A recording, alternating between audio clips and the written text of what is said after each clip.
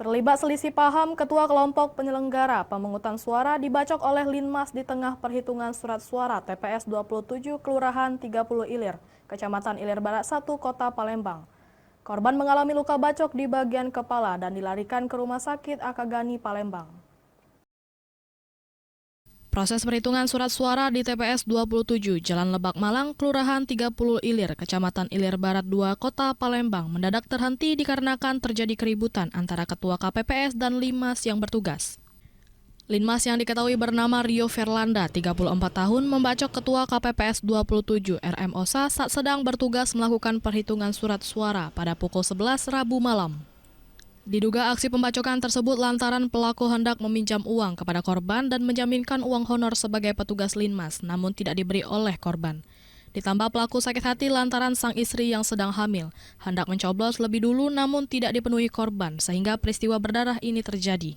Sementara itu, proses perhitungan surat suara tetap berlanjut pasca kejadian. Jadi sudah hampir finishing penghitungan itu, sudah selesai itu, mau perekapan, ya. Nah itu terjadi.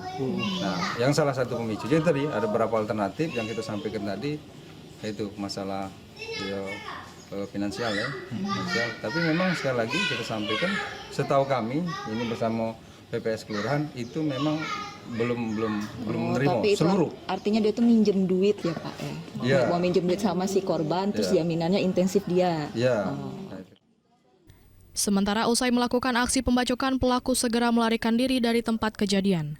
Aparat terkait yang menangani kasus ini berusaha menenangkan situasi sekitar lantaran keluarga korban dan pelaku berada di satu lingkungan yang sama. Sendiri menantu ya Bu? Ya, menantu, suami dari anak kita yang tua. Korban itu petugas KPPS menggantikan orang. Ya, karena kita kan sudah 55 ke pucuk kan, ke atas pucuk salah. Jadi kan jangan tidak ada yang ganti kita, jadi nyuruh mantu, karena mantu juga sudah pengalaman pernah sekali kan, dari ketua KPPS. Dari Palembang, Guntur, iNews melaporkan.